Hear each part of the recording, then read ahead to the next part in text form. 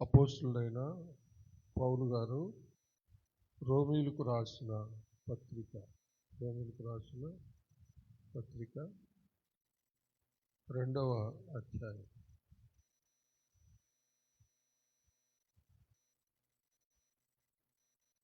17వ వచనం నుండి. పౌలు గారు రోమీలకు రాసిన పత్రిక 2వ అధ్యాయము 17వ వచనం నుండి 29వ వచనం వరకు. నీవు యూదుడు అని పేరు పెట్టుకొని ధర్మశాస్త్రమును ఆశ్రయించి దేవుని యందు అతిశయించుచున్నావు కావా? ఆయన చిత్తమెరిగి ధర్మశాస్త్రమందు ఉపదేశం పొందిన వాడవై శ్రేష్టమైన వాటిని మెచ్చుకొనుచున్నావు కావా? జ్ఞాన సత్య స్వరూపమైన ధర్మశాస్త్రం గలవాడవై ఉండి నేను గుడ్డివారికి త్రోవ చూపువాడును, చీకట్లో ఉండి వారికి వెలుగును, బుద్ధిహీనులకు శిక్షకుడను, బాలులకు ఉపాధ్యాయుడనై ఉన్నానని నీ అంతటా నీవే ధైర్యం వహించుకొనుచున్నావు కావా? ఎదుటివానికి బోధించు నీవు నీకు నీవే బోధించుకొనవా? దొంగిలవద్దని ప్రకటించు నీవు దొంగిలెదవా?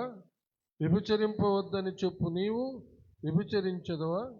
విగ్రహములను అసహించుకొను నీవు గుళ్ళను దోచెదవా? ధర్మశాస్త్రమందు అతిశయించు నీవు ధర్మశాస్త్రం మీరుట వలన దేవుని అవమానపరచెదవా?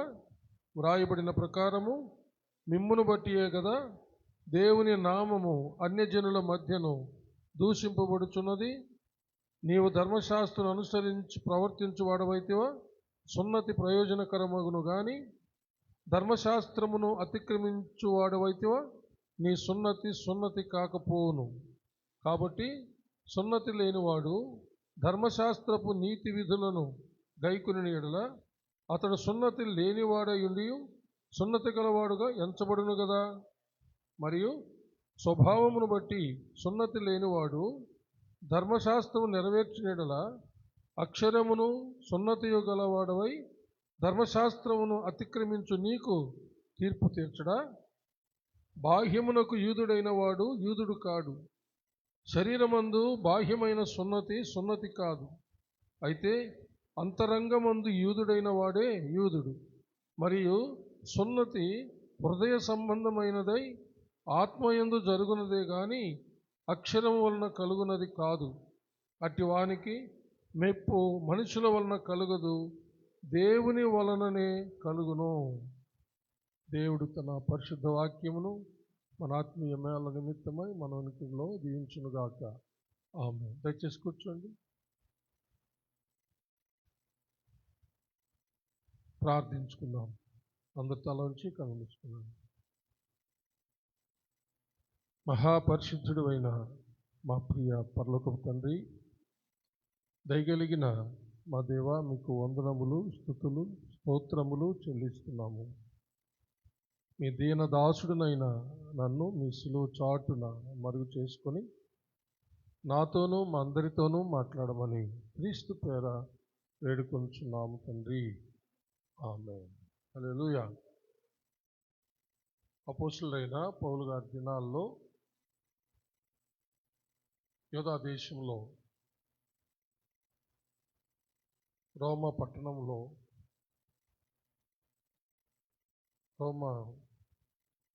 ఉన్నటువంటి క్రైస్తవ సంఘములో జరిగినటువంటి కొన్ని దేవునికి దుఃఖకరమైనటువంటి విషయాలు ఆయన తెలుసుకొని ఈ పత్రిక వారికి రాస్తూ చాలా స్ట్రిక్ట్గా వాళ్ళను ప్రశ్నించడం జరిగిందనమాట. దేవుడు ఇజ్రాయేలీలకు ధర్మశాస్త్రాన్ని ఇచ్చాడు. అది కొంతకాలమే వారికి ఇవ్వబడిందని చాలాసార్లు మీకు నేను తెలియజేశాను. అది ప్రభువు వచ్చే వరకే, తర్వాత దాంట్లో నుంచి విడుదల పొందాము అని. ధర్మశాస్త్రము ఎంత గొప్పదో దాన్ని బోధించేటటువంటి వాళ్ళు అంత గొప్పగా ఆలోచిస్తారనమాట. ధర్మశాస్త్రాన్ని గొప్పగా ఎంచుకునేవాళ్ళు, దాన్ని బోధించే వాళ్ళు కూడా అంతే గొప్పగా వాళ్ళు అతిశయిస్తారనమాట. అయితే ఈ యూదులు అంత గొప్పగా అతిశయిస్తూ వాళ్ళు దేవుణ్ణి మహింపరచాల్సిన దానికి బదులుగా వారు దేవుని నామాన్ని దూషణ పాలు చేస్తున్నారు. చెప్పుకోవడానికేమో చెప్తున్నారు, మాకు దేవుడు గొప్ప ధర్మశాస్త్రాన్ని ఇచ్చాడు, దేవుడు అంటే మాకే దేవుడు, దేవుడు మమ్మల్ని ప్రేమించి మాకు ధర్మశాస్త్రము ఇచ్చాడు, లోకంలో ఎవరికి నిజమైన దేవుడు లేడు, దేవుని వాక్కు గ్రంథం అనేది దేవుడు నిజ దేవుని కలిగిన మాకే ఉంది అనేటటువంటి వాళ్ళు అనమాట.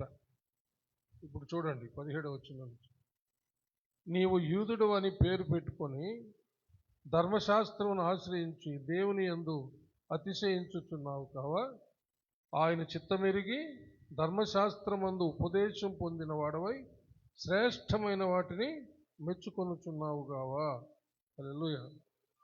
ధర్మశాస్త్ర సంబంధులు ధర్మశాస్త్రంలో ఉన్న శ్రేష్టమైన వాటిని వాళ్ళు చదువుకొని ధ్యానిస్తూ వాళ్ళు గొప్పగా చెప్పుకుంటారనమాట, మెచ్చుకుంటూ ఉంటారనమాట. జ్ఞాన సత్య స్వరూపమైన ధర్మశాస్త్రము గలవాడవై ఉండి 19వ వచనం, నేను గుడ్డివారికి త్రోవ చూపువాడను, చీకట్లో ఉండేవారికి వెలుగును, బుద్ధిహీనులకు శిక్షకుడను, బాలులకు ఉపాధ్యాయునై ఉన్నానని నీ అంతటి నీవే ధైర్యం వహించుకొనుచున్నావు కావా. వాళ్ళు ఎంత గొప్పగా చెప్పుకుంటారంటే ధర్మశాస్త్రం జ్ఞాన సత్య స్వరూపమైన ధర్మశాస్త్రం. పౌలు గారు కూడా దాన్ని అంగీకరిస్తున్నాడు. దేవుడిచ్చిన ధర్మశాస్త్రం అంటే జ్ఞాన సత్య స్వరూపమైన ధర్మశాస్త్రం. అవును, ఎందుకంటే దేవుడు ఇచ్చిందే. హల్లెలూయా. కాబట్టి అది జ్ఞానముతోనూ సత్యముతోనూ అది ఉందన్నమాట. జ్ఞాన సత్యాలే దానికి స్వరూపాలు. దాని గురించి వాళ్ళు ఏం మాట్లాడతారంటే, నేను గుడ్డివారికి త్రోవ చూపువాడను, చీకట్లో ఉండేవారికి వెలుగును, బుద్ధిహీనులకు శిక్షకుడను, బాలురకు ఉపాధ్యాయుడినై ఉన్నానని వాళ్ళు చెప్పుకుంటారంట. ఆ విధంగా ధైర్యం కలిగి ఉంటారంట. అంటే చీకట్లో ఉన్న వాళ్ళకి మేము వెలుగు, హల్లెలూయా, మరణంలో ఉన్న వాళ్ళకి జీవము, ఇలాగ వాళ్ళు చెప్పుకుంటారు. మా ప్రతిదీ అంత శ్రేష్టమైన వాళ్ళం, అంత విలువైన వాళ్ళం మేము, జ్ఞాన సత్య స్వరూపమైన ధర్మశాస్త్రం దేవుడు మాకు ఇచ్చాడు అని వాళ్ళు చెప్పుకుంటారు. ఎక్కడా లేదు, చీకట్లో ఉన్నటువంటి లోకాన్ని వెలుగులోకి తెచ్చేది ఎక్కడ లేదు, మేమే మేమే మేమే అని చెప్పుకుంటారు అన్నమాట. మంచిదే, ధర్మశాస్త్రం అలాంటిదే. ధర్మశాస్త్రాన్ని అనుసరించే వాళ్ళు అలాగే ఉంటే ఎంతో ఘనత, ఎంతో మంచిదే. కానీ వాళ్ళు ఏం చేస్తున్నారు చూడండి, 21వ వచనం, ఎదుటివానికి బోధించు నీవు నీకు నీవే బోధించుకొనవా. ఎదుటివానికి బోధిస్తున్నావు, చక్కగా బాగానే ఉంది, మరి నీవు బోధించుకోవా అని ఎందుకు అడుగుతున్నాడంటే, దొంగలించవద్దని ప్రకటించు నీవు దొంగలించేదవా, వ్యభిచరించవద్దని చెప్పు నీవు వ్యభిచరించేదవా, విగ్రహములను అసహించుకును నీవు గుళ్ళను దోచెదవా, ధర్మశాస్త్రమందు అతిశయించు నీవు ధర్మశాస్త్రం మీరుట వలన దేవుని అవమానపరిచేదవా. చూసారా వాళ్ళు ఏం చేస్తున్నారంటే, అంతా బాగా చెప్పుకొని మేము ఇంత గొప్ప వాళ్ళమే, ధర్మశాస్త్రం మాది, మా దేవుడు గొప్పవాడు, నిజమైన దేవుడు, అన్నీ మంచిదే, జ్ఞాన సత్య స్వరూపమైన ధర్మశాస్త్రము, దాన్ని కలిగిన మా అంత ధన్యులు లేరు అని చెప్పుకుంటున్నారు. బాగానే ఉంది, బోధిస్తున్నారు. అయితే వారికి బోధించుకోవడం లేదంట. అది పౌలు గారు ఇప్పుడు మాట్లాడుతుంది. ఇతరులకు బోధిస్తున్నావు, నీకు బోధించుకోవా అని. వాళ్ళు ఏం చేస్తున్నారంటే, దొంగలించొద్దని చెప్పేది వాళ్ళే దొంగలిస్తూ ఉన్నారు అన్నమాట. విభచరించవద్దని చెప్పేది వాళ్ళే విభచరిస్తూ ఉన్నారు. విగ్రహాలను అసహించుకొని చెప్పేది ఆ గుళ్ళను దోచుకుంటా ఉన్నారనమాట. ధర్మశాస్త్రం అందు అతిశయిస్తూ ఉన్నారు, ధర్మశాస్త్రాన్ని మీరి అవమానపరుస్తూ ఉన్నారు అన్నమాట. ఇది వాళ్ళ పరిస్థితి. అందుకు ఏమంటున్నాడంటే, వ్రాయబడిన ప్రకారము మిమ్మును బట్టియే కదా దేవుని నామము అన్యజనుల మధ్యను దూషింపబడుచున్నది అన్నాడు. కాబట్టి మిమ్మును బట్టే అన్యజనుల మధ్య దేవుని నామము దూషించబడుచు ఉన్నది. ఇది యూదులు, ఇశ్రాయేలీలు వాళ్ళ ధర్మశాస్త్ర సంబంధమైన విషయాలు ఇవి. ఇప్పుడు మన వైపు ఒకసారి ఆలోచిద్దాం. హల్లెలూయా. మనము ధర్మశాస్త్ర సంబంధులం కాదు, మనము క్రీస్తు యేసు సంబంధులం. హల్లెలూయా. ఇప్పుడు మనము ఏ బోధ అయితే వింటున్నామో, అంటే అపోస్తుల బోధ అంటాం. మనం బోధించుకునే బోధ ఏంది? అపోస్తుల బోధ. అపోస్తుల బోధ ఏంటంటే యేసుక్రీస్తు దేవుని కుమారుడు అని చెప్పే బోధ. హలో, యేసుక్రీస్తు దేవుని కుమారుడు, తండ్రి అయిన దేవుడు మానవులు రక్షించడానికి ఆయన లోకానికి పంపించాడు. హల్లెలూయా. ఆయన సిలువ వేయబడ్డాడు, మరణించాడు, సమాధి చేయబడ్డాడు, 3వ దినాన తిరిగి లేచాడు. 40 దినాలు ఆయా సందర్భాలు అందరికీ కనబడి తను లేచానని రుజువు చేసుకొని అందరి ఎదుట ఎక్కడి నుంచి అయితే వచ్చాడో ఆ పరలోకానికి తండ్రి కుడిపార్శ్వమునకు తీసుకొని పోబడ్డాడు. తండ్రి కుడిపార్శ్వమున ఆయన ఆసీనుడై ఉన్నాడు. పరిశుద్ధులందరి కోసం విజ్ఞాపన చేస్తూ ఉన్నాడు. ఆయన చేసిన పనిని అపోస్తలులకు, శిష్యులకు అప్పగించాడు. వాళ్ళు ఇప్పుడు చేస్తున్నారు అనేది చెప్పండి అపోస్తల బోధ. యేసుక్రీస్తును దేవుని కుమారుడు కాదనేది దయ్యాల బోధ అన్నమాట. దయ్యాల బోధ. ఆయన సాక్షాత్తు దేవుడే, దేవునితో సమానుడు అన్నమాట. అందుకనే కుమారుడైన దేవుడు అంటాం మనం. హల్లెలూయా. తండ్రి అయిన దేవుడు, కుమారుడైన దేవుడు, పరిశుద్ధాత్మ దేవుడు అంటాం. ముగ్గురు ఈక్వల్ అన్నమాట. దేవుడు అన్నప్పుడు తండ్రి దేవుడే, కుమారుడు దేవుడే, పరిశుద్ధాత్ముడు కూడా దేవుడే అన్నమాట. అంతే, ఈక్వల్ పవర్స్ అన్నమాట. అన్నిట్లో ఈక్వల్. అందుకనే త్రియేక దేవుడు అని అంటాం అన్నమాట. ఇప్పుడు మనము ఎంతో కాలంగా క్రైస్తవులం మనం. ఇప్పుడు ఒక ప్రశ్న వేసుకోవాలి. మన ద్వారా దేవుని నామము అన్ని జనుల మధ్య, లోకంలో ఉన్నటువంటి ప్రజల ఎదుట మహింపరచబడుతుందా? మన యొక్క చెడు ప్రవర్తనను బట్టి, దుర్నీతిని బట్టి, దుష్క్రియల వలన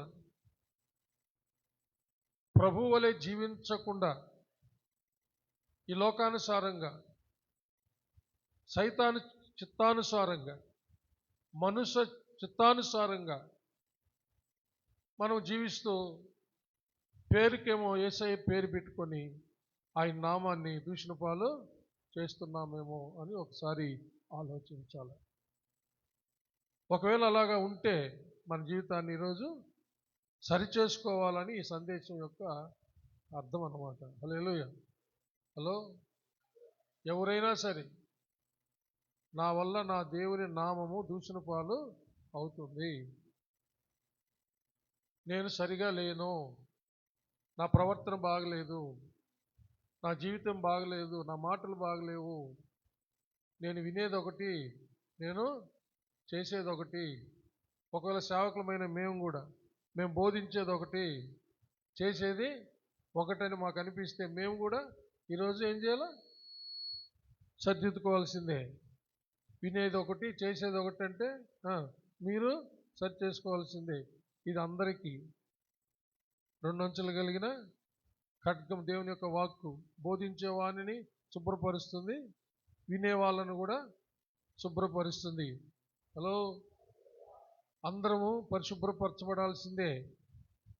అందుకని వాళ్ళతో ఏమన్నాడంటే, ఇలాగ చెప్తూ చివరిగా ఏమన్నాడంటే 28-29లో, బాహ్యమునకు యూదుడైన వాడు యూదుడు కాడు, శరీరమందు బాహ్యమైన సున్నతి కాదు, అయితే అంతరంగమందు యూదుడైన వాడే యూదుడు.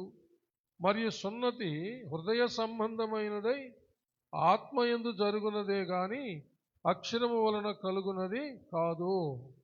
అట్టివానికి మెప్పు మనుషుల వలన కలుగదు, దేవుని వలననే కలుగును. అంటే వీళ్ళు సున్నతిని గురించి కూడా చాలా గొప్పగా చెప్పుకుంటారు అనమాట. లోకములో ఇజ్రాయేలీలు సున్నతి కలిగిన వాళ్ళు అనమాట. అది వాళ్ళకు చాలా గొప్ప ఘనత. అంటే దాన్ని ఎందుకు, వీళ్ళు దేవుడు ఏర్పరచుకున్న ప్రజలు, దేవుడు వాళ్ళతో నిబంధన చేశాడు కాబట్టి వీళ్ళు ఫలాని నిజమైన దేవుని ప్రజలు అనే దానికి ఆ సున్నతి గుర్తు అనమాట. ఆ సున్నతి గుర్తు. వాళ్ళు ఏం చేస్తున్నారంటే ఆ సున్నతి బాహ్య సంబంధమైన దానినే వాళ్ళు మనసును పెట్టి గొప్పగా చెప్పుకుంటున్నారనమాట. హృదయం బాగలేదు. హృదయము అది ఎరిగి పౌలు గారు ఏమంటారంటే, అసలు బాహ్య సంబంధమైన సున్నతి కలిగిన వాడు అసలు యూదుడు కాదు, హృదయ సంబంధమైన సున్నతి కలిగిన వాడే యూదుడు అని చెప్పేశాడు. ఇంకా హలో, మేము చాలా గొప్ప వాళ్ళు, మీ దేవుడు ఏర్పరచుకున్నాను చెప్తున్నారే, ఈ బాహ్య సంబంధమైన సున్నతిని బట్టి అసలు సున్నతి శరీరానికి సంబంధించింది కాదు, చెప్పండి, హృదయానికి సంబంధించింది. హల్లెలూయా. చాలా డేర్ కావాలా పౌలు గారికి అంత చెప్పాలంటే, వాళ్ళతో చాలా డేర్. ఆయన డిసైడ్ చేసేసుకున్నాడుగా. అందుకనే కదా రోమాలోనే ఆయన తల నరికేసింది. ఆయన హతసాక్షి ఎక్కడయ్యాడంటే రోమాలోనే తల నరికేసి చంపేశారనమాట. ప్రభు కోసం హతసాక్షి అయ్యాడు. చాలా డేర్ కావాలి. డేర్గా మాట్లాడాడు అందరితో, రాజులతో సహా. రాజులు కూడా గడగడ వణికారనమాట. ఇంక తీసుకెళ్ళిపోండి పౌలుని నా ఎదుటి నుంచి, నన్ను క్రైస్తవుని చేసేటట్టున్నాడే అని ఆయన భయపడిపోయారనమాట. అంత ఆత్మశక్తితో బోధించాడు. వాక్చాతుర్యం కాదు. వాక్చాతుర్యం వల్ల ఎవరిని ఇంపాసిబుల్. ఆత్మశక్తి. హల్లెలూయా. ఒక వ్యక్తి మారు మనసు పొందాలంటే ఆత్మశక్తి ద్వారానే జరుగుతుందన్నమాట. కాబట్టి హృదయ సంబంధమైన సున్నతి. హల్లెలూయా. అందుకని ఈరోజు మన అంశం ఏం పెట్టానంటే హృదయ సున్నతి. హల్లెలూయా. మన అంశం ఈరోజు ఏంటంటే హృదయ సున్నతి. హృదయ సున్నతి అంటే సున్నతి ఎక్కడ జరగాల? హృదయంలో జరగాలన్నమాట. అంటే హృదయంలో ఉన్నవన్నీ తీసి పడేయాల. అది. హల్లెలూయా. ఏమైతే హృదయంలో దేవునికి వ్యతిరేకంగా ఉన్నాయో అన్నీ తీసివేసేదే నిజమైన హృదయ సున్నతి. హల్లెలూయా అని ఆనాడు యూదులకు చెప్పాడా. క్రైస్తవులకు ఏం చెప్పాడంటే, ఇది అయిపోయింది, యూదులకు చెప్పాడు. తర్వాత క్రైస్తవులకు ఏం చెప్పాడంటే, కొలస్సీలకు రాసిన పత్రిక 2వ అధ్యాయము 11వ వచనం చదువుమా గట్టిగా. మీరును క్రీస్తు సున్నతి యందు శరీరేచ్ఛలతో కూడిన స్వభావమును విసర్జించి ఆయన యందు చేతులతో చేయబడని సున్నతి పొందితిరి. అబో, చూసారా ఏంటంట ఇది క్రీస్తు సున్నతి అంటే. ఇది ఏంటిది? క్రీస్తు సున్నతి. క్రీస్తు సున్నతి అంటే క్రీస్తునందు మనము సున్నతి పొందాము. యూదులు పొందిన సున్నతి వేరే, మనం పొందిన సున్నతి వేరే. హల్లెలూయా. అయితే రెండింటి భావం మాత్రం ఒకటే. హల్లెలూయా. రెండింటి భావం మాత్రం ఒకటే. వాళ్ళు శరీర సంబంధమైన సున్నతి, మనది ఆత్మ సంబంధమైన సున్నతి. హల్లెలూయా. హృదయంలో ఉన్నటువంటి చీకు చింత అంతా ఇప్పుడు తీసేసేది ఇప్పుడు మన సున్నతి. అది క్రీస్తునందు జరుగుతున్నది. ఆనాడు కూడా అదే జరగాలని వాళ్ళకి చెప్పాడు. హల్లెలూయా. చప్పలు కొట్టి దేవుని మహిమపడతాం. అర్థమైందా? హలో, ఆ కింద చూడండి. మీరు బాప్తిస్మమునందు ఆయనతో కూడా పాతి పెట్టబడిన వారై ఆయనను మృతులలో నుండి లేపిన దేవుని ప్రభావమందు విశ్వసించుట ద్వారా ఆయనతో కూడా లేచితిరి. హల్లెలూయా. మరియు అపరాధముల వలనను శరీరమందు సున్నతి పొందక ఉండుట వలనను మీరు మృతులై ఉండగా దేవుడు రాతరూపకమైన ఆజ్ఞల వలన మన మీద రుణముగాను మనకు విరోధముగాను ఉండిన పత్రమును మేకులతో సిలువకు కొట్టి దాని మీద చేవ్రాతను తుడిచివేసి మనకు అడ్డము లేకుండా దానిని ఎత్తివేసి మన అపరాధములన్నిటినీ క్షమించి ఆయనతో కూడా మిమ్మును జీవింపచేసెను. ఆయన ప్రధానులను అధికారులను నిరాయుధులనుగా చేసి శిలువ చేత జయోత్సవముతో వారిని పట్టి తెచ్చి బాహాటముగా వేడుకకు కనపర్చెను. హల్లెలూయా. ధర్మశాస్త్రాన్ని అడ్డం పెట్టుకొని క్రైస్తవుల్ని భ్రమపెడతా ఉన్నారన్నమాట. ధర్మశాస్త్రాన్ని చూపించేది ఇదిగో ధర్మశాస్త్రం ఎట్టుంది, మనకు క్రీస్తుకి సంబంధంలే, మనం యూదులమి, మన ఇజ్రాయేలీలు, మనకు మన దేవుడైన యెహోవాకి సంబంధం. ఆయన మనకు ఏర్పాటు చేసిన సున్నతి మనది, మనకిచ్చిన ధర్మశాస్త్రం మనది అంటూ ధర్మశాస్త్రాన్ని అడ్డం పెట్టుకొని వాళ్ళు యేసు ప్రభు దగ్గరికి వచ్చిన వాళ్ళని కూడా వాళ్ళు ఏం చేస్తున్నారంటే వెనక్కి తిప్పేస్తున్నారు అనమాట. వాళ్ళు వెనక్కి తిప్పుతూ ఉన్నారనమాట. అప్పుడు చాలా స్పష్టంగా చెప్పింది ఏంటంటే, మీరు ఏ ధర్మశాస్త్రాన్ని అయితే అడ్డం పెట్టుకొని మీరు చేయకూడనివన్నీ చేస్తున్నారో ఆ ధర్మశాస్త్రాన్ని సిలువకు మేకులతో కొట్టేసి దాన్ని అడ్డము లేకుండా తీసేసాడు అంటున్నాడు. హల్లెలూయా. ఏం చెప్పాడు?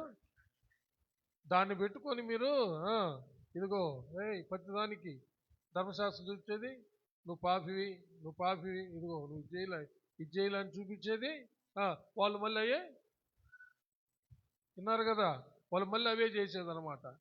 ఇప్పుడు యేసు ప్రభువుని అంగీకరించే వాళ్ళకి ధర్మశాస్త్రం చూపించేది మన యూదులమి, మనకు మోసే సంబంధం, ధర్మశాస్త్ర సంబంధం చెప్పేది, క్రీస్తుకు మనకు సంబంధము లేదని చెప్పేది అనమాట.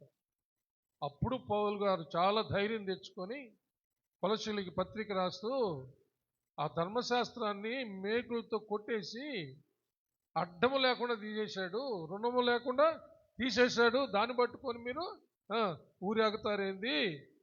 క్రీస్తే మనలను జయోత్సాహంతో ఊరేగిస్తూ ఉన్నాడు అని చెప్పాడు అనమాట. హల్లెలూయా. దేవునికి మహిమ కలుగును గాక. ధర్మశాస్త్రాన్ని పట్టుకొని ఆ ప్రధానులు, ఆ అధికారులు దాన్ని ఒక ఆయుధంగా పెట్టుకొని వాళ్ళు మాట్లాడుతుంటే నిరాయుధుల్ని చేసేసాడంట వాళ్ళని. హల్లెలూయా.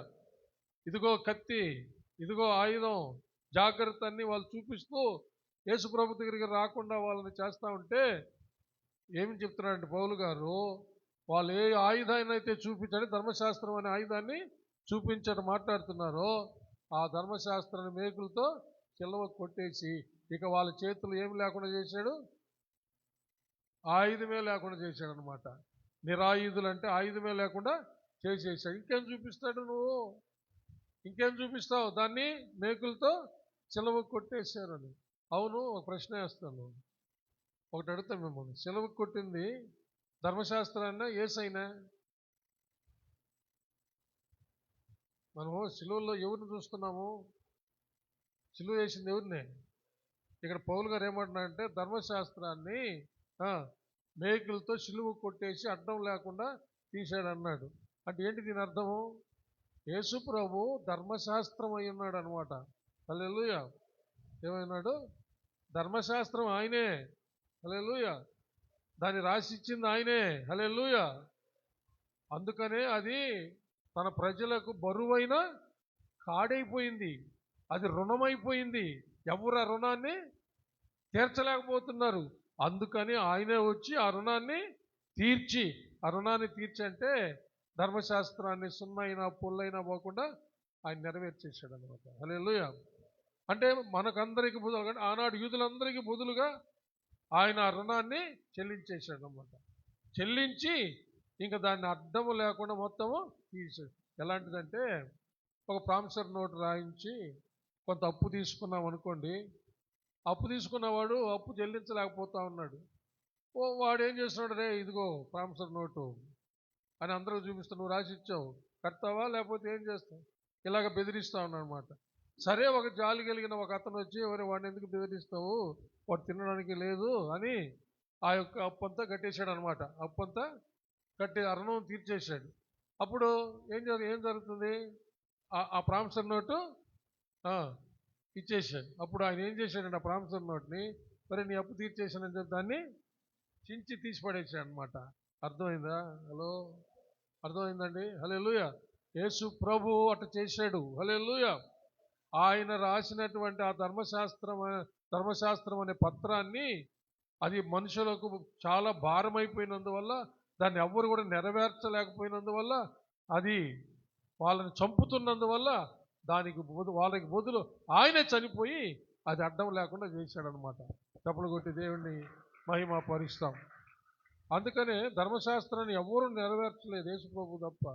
మత్తయి సువార్తలోకి రండి, ఒక మాట మీకు జ్ఞాపకం చేస్తాను.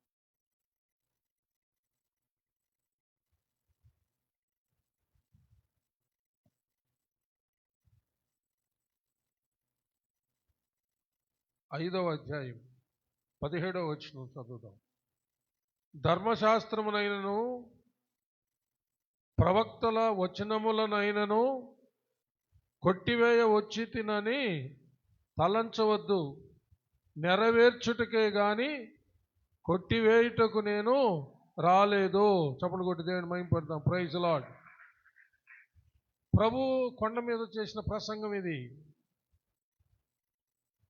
ధర్మశాస్త్రాన్ని నువ్వు మీరుతున్నావే, ధర్మశాస్త్రం ప్రకారం నువ్వు నెరవేర్చడం లేదే అని ప్రభువుని శాస్త్రులు, పరిసయ్యులు, సద్దూకయ్యులు అనే తెగల వాళ్ళు ఆయనలో ఏదో ఒక తప్పు పట్టుకొని ఆయన చంపాలని ప్రయత్నిస్తా తిరిగే రోజుల్లో ఆయన కొండ మీద ప్రసంగంలో చెప్పేశాడు, అసలు నేను అసలు ధర్మశాస్త్రాన్ని కొట్టివేయడానికి రాలేదు, దాన్ని నెరవేర్చడానికే వచ్చాను నేను.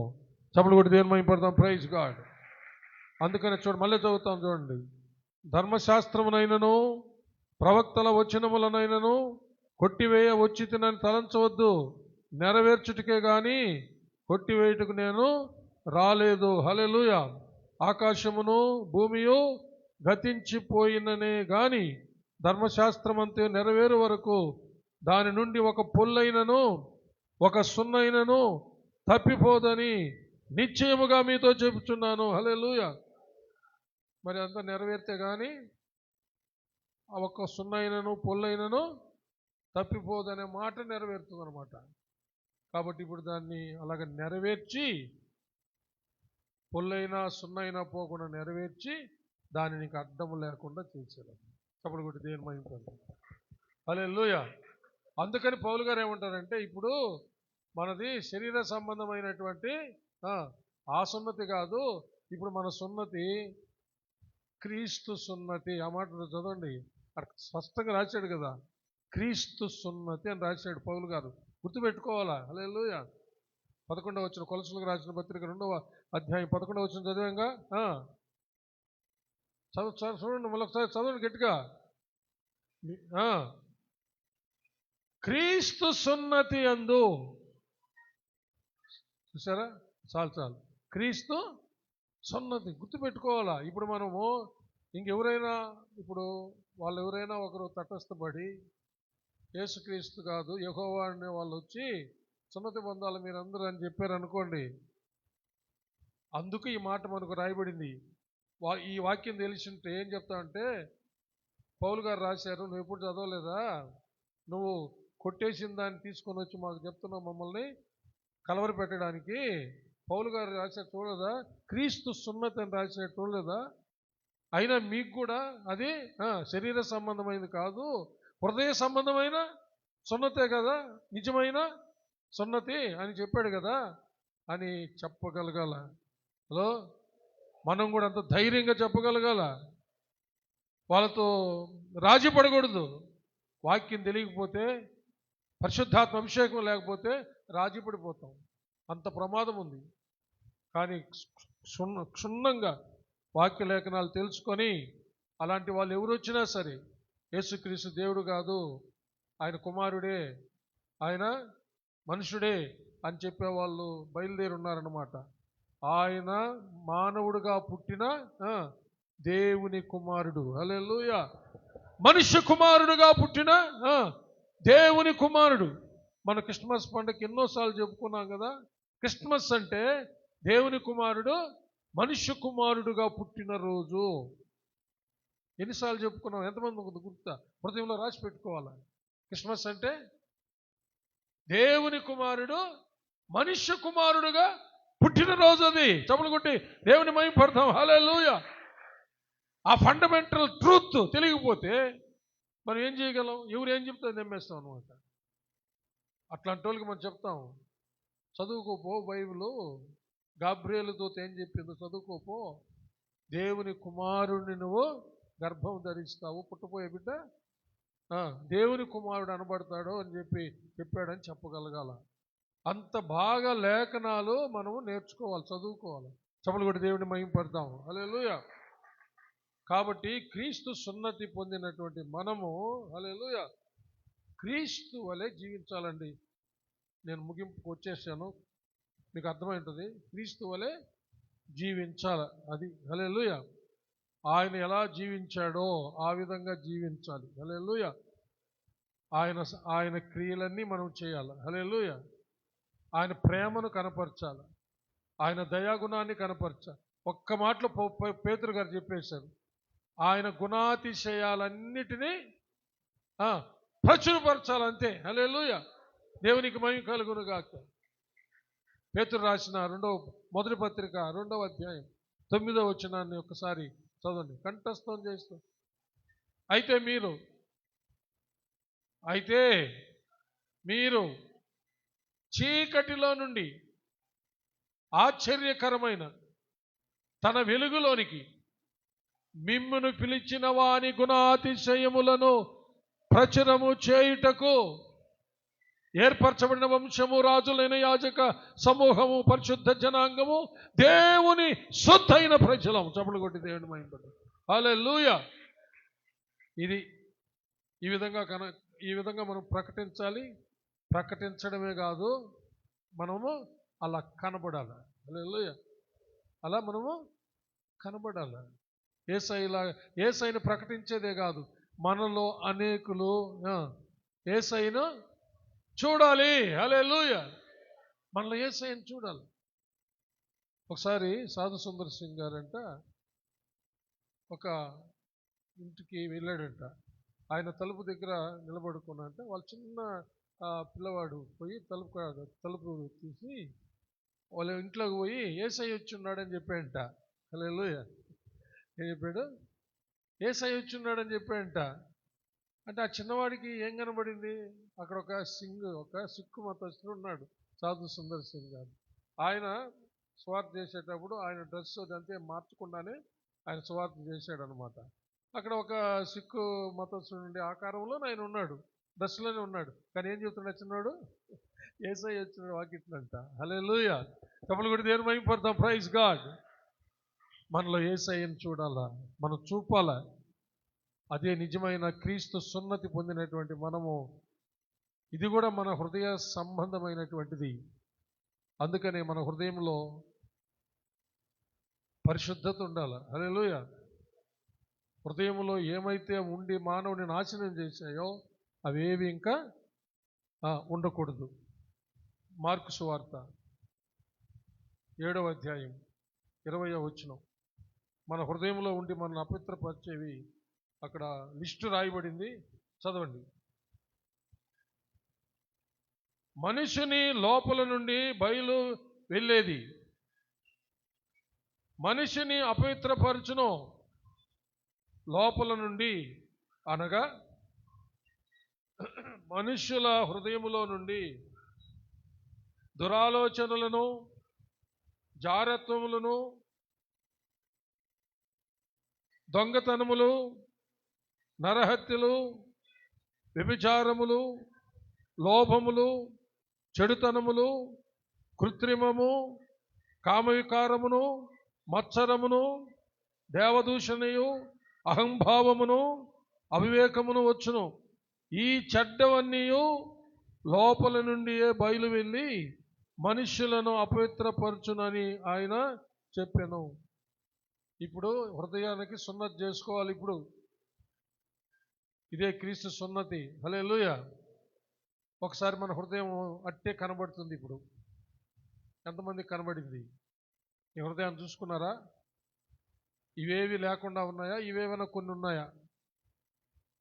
నేను స్లోగా చదువుతాను, చూడండి, చూసుకోండి. ఏం చూసుకోవాలా? మీ హృదయాన్ని చూసుకోండి. నేను చదువుతూ నా హృదయాన్ని చూసుకుంటా. మీరు కూడా వింటూ మీ హృదయాన్ని చూసుకోండి. బైబిల్ ఉన్న వాళ్ళు చదువుతూ మీ హృదయాన్ని చూసుకోండి ప్లీజ్. హల్లెలూయా. మనుషుని లోపల నుండి బయలు వెళ్ళున్నది మనుషులను అపవిత్రపరచును. మన హృదయంలో మనుషుల్లో నుండి అంటే లోపల నుండి అనగా మనుషుల హృదయంలో నుండి అని అర్థం. లోపల నుండి అంటే మన హృదయంలో నుండి ఏమేమి బయటకు వస్తాయంట? దురాలోచనలు వస్తాయంట, జారత్వములు వస్తాయంట. ఈ జారత్వం 2 విధాలు: భయంకరమైన వేశ్యావృత్తి, వ్యభిచారము.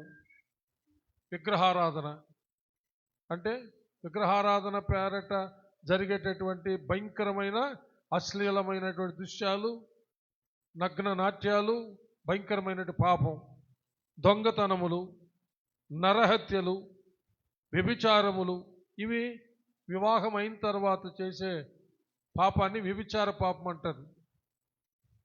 పెళ్ళైన వాళ్ళు మంచి భర్తకు ద్రోహం చేసేవాళ్ళు, మంచి భార్యకు ద్రోహం చేసేవాళ్ళు అన్నమాట. వ్యభిచారములు, లోభములు, పిసినితనం, ధనాపేక్ష. లోభం అంటే ధనాపేక్ష, పిసినితనం. ఒక్క మెతుకు కూడా రాలుతుంది అంటుంటారే అది. అలాగే దేవునికి ఇచ్చే విషయాల్లో కూడా చాలా పిసినితనంగా ఉంటారు. ఇలాంటివి ఏమున్నాయో అన్ని లోపల నుంచే వస్తాయంట.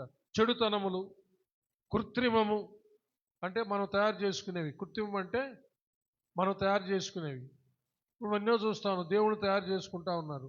హలో, దేవుడు మనల్ని తయారు చేస్తే మనుషులు చెప్పండయ్యా. కృత్రిమం అంటే అది. కృత్రిమం అంటే మనము క్రియేట్ చేసుకునేది, మనము తయారు చేసుకునేదాన్ని కృత్రిమం అంటాం అనమాట. సహజంగా ఉండేది దేవుడు. హల్లెలూయా. ఆయన మానవులను సృష్టించాడు, కానీ మనుషులు ఏం చేస్తున్నారు?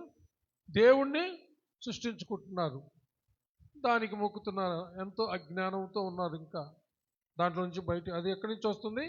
మనుషుల హృదయంలో నుంచే వస్తుంది అన్నమాట. కామ వికారము, భయంకరమైనటువంటి కామ వికార చేష్టలు.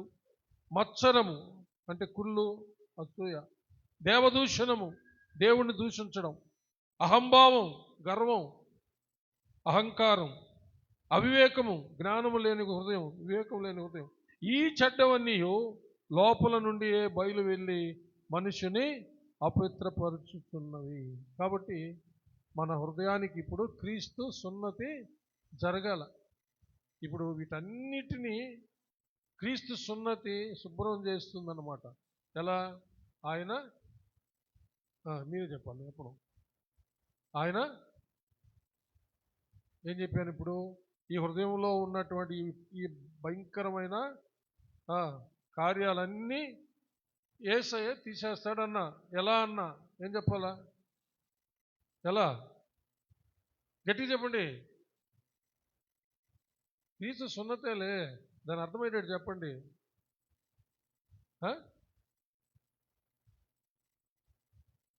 ఏంది? ప్రతి పాపాన్ని కడిగేసిందే రక్తం కదా. అది చెప్పకపోతే ఎట్లా? మనము కంగుని చెప్పాలా, గంభీరంగా చెప్పగలిగి ఉండాలా. క్రైస్తవులందరూ చేసి యేసు రక్తము అని చెప్పాలా. ఇంకా దానికి సందేహమైంది. మనం పరిశుద్ధపరిచేది ప్రతి పాపము నుండి యేసు రక్తం కదా. హల్లెలూయా. కాబట్టి క్రీస్తు సున్నతి ఎట్లా జరుగుతుందంటే యేసు రక్తం ద్వారా జరుగుతుంది అన్నమాట. హల్లెలూయా. ఆ రక్తం మన హృదయాన్ని శుభ్రం చేసేస్తుంది, మన ప్రాణాత్మ దేహములను శుభ్రం చేసేస్తుంది. హల్లెలూయా. అందుకనే మనము దేవుని యొక్క సన్నిధిలో, హల్లెలూయా, దేవుని యొక్క వాక్యం ఎదుట దేవుని యొక్క ఆత్మను కలిగి మనము దేవుని వాక్యం చదువుతూ దేవుని ఆత్మను పొందుతూ దేవుని ఆత్మ నడిపించిన ప్రకారము వాక్యానుసారంగా జీవిస్తూ ఉన్నాము. హల్లెలూయా. అందుకనే దేవుని వాక్యం మనలను మచ్చ, ముడత, కలంకము, డాగు అటుదేమీ లేకుండా చేస్తుంది. అంటే నీళ్లు ఉదకమంటే నీళ్లు అంటే దేవుని వాక్యానికి సాదృశ్యం. దేవుని వాక్యం ఎవరు? యేసయ్యే. ఎటువైపు చూసుకున్న యేసయ్యే. చెప్పండి, యేసయ్యే. క్రీస్తు క్రీస్తు క్రీస్తే. హల్లెలూయా. ఆయన ద్వారానే ఎటువైపు ఎన్ని ఉదాహరణలు చెప్పినా కానీ ఆయన ద్వారా, ఆయన రక్తం ద్వారానే, ఆయన వాక్కు ద్వారా, ఆయన ఆత్మ ద్వారా మనకు పరిశుద్ధత అనేది జరుగుతుంది. ఇది నిరంతరము చెప్పండి జరుగుతూ ఉండాలి. హల్లెలూయా. ఒక్కసారి బాప్తిసం పొందిన వాళ్ళు పరిపూర్ణులు అయిపోయారని కాదు, ఇది జరుగుతూ ఉండాలన్నమాట. ఈ ప్రక్రియ జరుగుతూ ఉండాలి. దీనికి ప్రభువే చెప్పింది ఏంటంటే, ఆయన చివరి రాత్రి, ఆయన పట్టబడబోయే రాత్రి, ఆయన పస్కా భోజనం తినేటప్పుడు, ఆచరించేటప్పుడు ఉన్నట్టుండి పై వస్త్రాన్ని పక్కన పెట్టి, ఇదంతా యోహాను సువార్త 13వ అధ్యాయంలో ఉంది. పై వస్త్రాన్ని పక్కన పెట్టి నడుముకు టవలు కట్టుకొని ఒక పాత్రలో నీళ్లు తీసుకొని శిష్యులు వరుసగా కూర్చో ఉన్నారు. వెళ్ళి వాళ్ళు పాదాలు కడగడం మొదలు పెట్టాడు. ఎవరు? యేసుప్రభు. అదే మనం చెప్పుకుంటాం కదా, ఆయన దేవునితో సమానంగా ఉండుట విడిచిపెట్టకూడని భాగ్యమని ఎంచుకొనక ఆయన దాసుని స్వరూపం, మనుషుడుగా పుట్టి దాసుని స్వరూపము ధరించుకొని వచ్చాడని. ఆ దాసుని స్వరూపమే అక్కడ ఒక దాసుడు ఏం చేస్తాడు? టవల్ కట్టుకుంటాడు, నీళ్ళు తీసుకుంటాడు, పాదాలు కడుగుతాడు. అంటే ఆ యూదుల్లో కొంతమంది కొన్ని పనులు చేసేదానికి ఉన్నారనమాట. అందరికంటే తక్కువ విలువ తక్కువ వాడు ఎవరంటే కాలు కడిగేవాడంట. హలో, చెప్పులు వార్లు ఇప్పేవాడు ఒకడంట. హలో, వాళ్ళ షూ ఇప్పేవాడు ఒకడు. అలాగా ఒక్కొక్క స్టేజెస్ అనమాట. వాళ్ళకి ఫుడ్ పెట్టేవాడు, బట్టలు రెడీ చేసేవాళ్ళు, తర్వాత వారు ఇప్పేవాడు. అందుకని బాప్తిసం ఇచ్చే యోహానే ఉంటాడు, ఆయన చెప్పులు వారు నిప్పడానికి కూడా నేను పాత్రును కాను అంటే ఆయన అంతవరకే అన్నాడు. అసలు ఇంకా అతి తక్కువ విలువ కలిగిన వాడు ఎవరంటే కాలు గడిగేవాడు అనమాట. అంతగా తగ్గించుకున్నాడు. హల్లెలూయా. ఆయన అది దాసుని స్వరూపం. సరే, పేతురు కాడికి వచ్చాడు, నన్ను కడగొద్దు. సరే, అక్కడ చూద్దాం, బైబిల్ తెరవండి. 13 యోహాను సువార్త 13వ అధ్యాయం. యోహాను సువార్త 13వ అధ్యాయం. పేతురు అన్న మాట మనం ఒకసారి చూసి మనం బల్లలోకి వెళ్ళిపోతాం. 8వ వచనం. పేతురు, నీవెన్నడను నా పాదములు కడుగరాదని ఆయనతో అనెను. అందుకు యేసు, నేను నిన్ను కడుగని ఎడలా నాతో నీకు పాలు లేదు అనెను. సీమోను పేతురు, ప్రభువా, నా పాదములు మాత్రమే కాక నా చేతులు, నా తల కూడా కడుగుమని ఆయనతో చెప్పాను. యేసు అతన్ని చూచి, స్నానం చేసిన వాడు పాదములు తప్ప మరేమీ కడుగుకొన అక్కరలేదు, అతడు కేవలము పవిత్రుడయ్యను. హల్లెలూయా, హల్లెలూయా. చూశారండి, స్నానం చేసిన వాడు మళ్ళా స్నానము చేయాల్సిన అక్కర్లేదు. ఎవరైనా స్నానం చేసి అట్టా వెళ్ళి కాలుకు ఏదో మట్టి అంటుకున్నదంటే మళ్ళీ వచ్చి బాత్రూమ్కి స్నానం చేస్తాడా? ఆ కాలు కడుక్కుంటాడా? కాబట్టి మనకు ఈ లోకంలో శరీరాశ, నేత్రాశ, జీవ డంబాలతో నిండిన ఈ లోకంలో బాప్తిస్మం అనే స్నానం ద్వారా పవిత్రపరచబడినటువంటి నీవు నేను ఎలాంటి పరిస్థితి జరుగుతుందంటే, మనకు తెలియకుండానే మన బట్టలు మార్చిపోతుంటాయి కదా, మనం వేసుకున్న బట్టలు. అలాగే మనం షూ వేసుకొని పోతాం, షూలు మురికి అవుతుంటాయి కదా. ఒకవేళ చెప్పులు లేకుండా కాళ్ళు పోతా ఉన్నారు, కాళ్ళకి ఏదో ఒకటి అంటుకుంటుంది కదా. అలాంటిది ఒకటి ఈ లోకంలో ఉంది. దేనివల్ల? శరీరాశ, నేత్రాశ, జీవుడు. కాబట్టి మీరు కాలు మాత్రం కడుక్కుంటూ ఉండాలి. హల్లెలూయా. అంటే వాక్యం అనే నీళ్లతో అనుదినము ఏమైనా తెలుసో లేక తెలియకుండా మురికి అంటుకొని ఉందేమో దాన్ని కడుక్కుంటూ ప్రతిరోజు శుభ్రం చేసుకుంటూ పరిశుద్ధతను కాపాడుకోవాలి అన్నారు. హల్లెలూయా. దీనికి ఒక విషయం చెప్తాను. హల్లెలూయా. నేను పోతా ఉన్నా, నాకు తెలియదు, ఏదో ఒక బర్రె ఆ పక్క పోతా ఉంది, తోకేదో అట్ట అన్నట్టుంది. నేనేమో నాకేమీ తెలియదు, నా వెనక ఏం జరిగిందో. నేను వెళ్ళిపోయా. నేను అక్కడ దిగిన దగ్గర, అక్కడ కాలు పెట్టే దగ్గర గబుక్కన మట్టి అంటుకున్నది. అది నాకు తెలుసు. ఎక్కడ నేను దిగిన దగ్గర నా కాలుకు మట్టి అంటుకుని నాకు తెలుసు. కానీ బర్రె తోకతో కొట్టినప్పుడు వెనకేమైందో నాకు తెలియదు. హలో, అది తెలియకుండా జరిగింది. వినాల జాగ్రత్త ప్లీజ్, దయచేసి అర్థం చేసి. ఇది వెనక తెలియకుండా జరిగింది. ఇది ఏదైనా సరే తెలియకుండా జరిగే ప్రమాదం ఉంది, తెలిసి జరిగే ప్రమాదం ఉంది. ఏదైనా సరే దానికి మార్గం ఏమిటంటే అనుదినము యేసయ్య పాదాల దగ్గర కూర్చొని వాక్యం చదివినప్పుడు వాక్యం అనే నీళ్లతో అది శుభ్రమైపోతుంది. దేవుడటి కృప మనకు అందరికీ దయచేయనుగాక. హల్లెలూయా. కాబట్టి మనము దేవుని నామాన్ని దూషణ పాలు చేయకూడదు. హల్లెలూయా. అందుకనే బాప్తిసం తీసుకున్నటువంటి మనమేం పొంగిపోయేదానికి ఏమీ లేదు. బాప్తిసము యేసయ్య మరణానికి పునరుద్ధానానికి సూచన మాత్రమే. హలో, ఆనాడు వాళ్ళ సున్నతి యూదులని సూచన, అది అంతే. ఏం తెలియజేస్తుంది? వాళ్ళు పొందుకున్న సున్నతి యూదులు వీళ్ళు అని తెలియజేయడానికి. కానీ ఇప్పుడు మన బాప్తిసం తీసుకుంటే వీళ్ళు క్రీస్తు యేసు సంబంధులు. ఆయన మరణంలోనికి పునరుద్ధానంలోనికి సూచనగా బాప్తిసం తీసుకున్నారు. వాళ్ళు సున్నతి తీసుకున్న ప్రకారం సున్నతి తీసుకున్నా, మనం బాప్తిసం తీసుకున్నా మన హృదయం మారకపోతే సున్నా. హలో, మన హృదయం మారకపోతే జీరో. ఏం లాభం లేదు. బాప్తిసం తీసుకున్నంత మాత్రం మనం ఒకేసారి పరలోకానికి ఏమి ఎక్కిపోము. అర్థమవుతుందా? హృదయ సున్నతి జరగాల. హృదయ సున్నతి ఏమేమి ఉంటాయి చూసుకున్నాం కదా, జాగ్రత్త పడాలా. ప్రార్థన చేసుకున్నాం. హల్లెలూయా, హల్లెలూయా, హల్లెలూయా. ప్రార్థించుకున్న అందరూ ఒకసారి తలంచండి, పరిశీలన చేసుకున్నాము. Hallelujah, hallelujah. Praise the Lord Jesus. Glory, glory, glory, glory. ప్రతి ఒక్కరు దయచేసి ప్రతి ఒక్కరు పరిశీలన చేసుకుని హృదయంలో ఏమున్నాయి. ఇంకా దేవుని నామాన్ని నువ్వు గణపరుస్తున్నావా, లేక దేవుని నామాన్ని దూషణ పాలు చేస్తున్నావా? మనం దేవుని నామాన్ని దూషణ పాలు చేయకూడదు. దేవుని నామాన్ని గణపరచాలి. ఇంట్లో ఉన్నా, బయట ఉన్నా, ఎక్కడున్నా సరే మనం క్రీస్తు సంబంధులము. వీళ్ళు క్రైస్తవులు, వీళ్ళు పరిశుద్ధంగా ఉంటారు, వీళ్ళు నీతిగా బతుకుతారు, ఏ దురలవాట్లు వీళ్ళు ఉండవు, వీళ్ళు మోసం చేయరు, లంచాలు తీసుకోరు, వీళ్ళు బాగా పరిచర్య చేస్తారు. ఎంతోమందిని మనం చూస్తాం. మంచి మంచి ఆఫీసర్స్, మన క్రిస్టియన్ ఆఫీసర్స్ ఎంతోమంది గొప్ప సాక్ష్యం కలిగి ఉన్నారు తెలుసా? క్రిస్టియన్ డాక్టర్స్, క్రిస్టియన్ నర్సెస్ ఎంతో గొప్ప సాక్ష్యం కలిగి ఉన్నారు తెలుసా?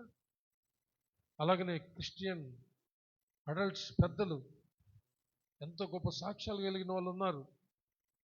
అలాగే యవనస్తులు ఉన్నారు, స్త్రీలలో అనేక మంది ఉన్నారు. స్త్రీలలో దేవుని నామం కొరకు రోషంగా జీవించే వాళ్ళు ఉన్నారు. పిల్లరా, ఎక్కువ భాగం దేవుని మహింపరిచే వాళ్ళే ఉన్నారు. చాలామంది అనుకుంటుంటారు క్రైస్తవులంతా అంతే అంటారు. కాదు, క్రైస్తవులలో ఎక్కువ శాతం దేవుణ్ణి మహింపరిచే వాళ్ళే. తక్కువ శాతం అయితే సైతాను కంటే మన దేవుడు తక్కువ శక్తి కలిగి ఉండాలి. సైతాను సంబంధాల కంటే ఎక్కువ. ఎందుకంటే మన దేవుడు సర్వ శక్తి కలిగిన వాడు. హల్లెలూయా. చప్పలు కొట్టి దేవుని మర్చిపోతాం ఒకసారి గట్టిగా గట్టిగా. హల్లెలూయా. కాబట్టి మనల్ని మనం తక్కువ చేసుకోబాకండి, కించపరుచుకోబాకండి. ప్రభువు కోసం రోషంగా నిలబడండి. ఏదైనా సరే దేవునికి వ్యతిరేకమైన హృదయంలో ఉంటే, ప్రభువా నా హృదయానికి సున్నతి చేయి. సున్నతి అంటే తీసేసుకోవడం, పనికిరాంది తీసేయడమే. మనలో ఉన్న చేదైన వేరును తీసేయమని అడగడమే. ఏదైతే ఉండకూడదో దాన్ని తీసేయమని అడగడమే సున్నతి. అంతే. అది దేవుడు చేస్తాడు. ఫలించే మనం మరి ఎక్కువగా ఫలించాలని పనికిరాని తీగలను ఆయనే తీసేస్తా ఉన్నాడు. అయితే నువ్వు ఆయనకు అప్పగించుకో. ప్రభువా ఇదిగో ఇది నాలో ఉంది, నా హృదయంలో ఉంది నాయనా, దీన్ని తీసేనైనా, నాలో ఉంది నాయనా, నా వల్ల మీ నామం దూషణ పాలు అవుతా ఉంది నాయనా, నన్ను క్షమించు నాయనా అని అడుగు. తప్పకుండా దేవుడు నేను క్షమిస్తాడు. నీవేవైతే తీసేసుకోలేకపోతున్నావు వాటన్నిటిని ఆయన నీలో నుంచి తీసేసి నిన్ను పరిశుద్ధపరుస్తాడు. ప్రార్థించుకున్నాము.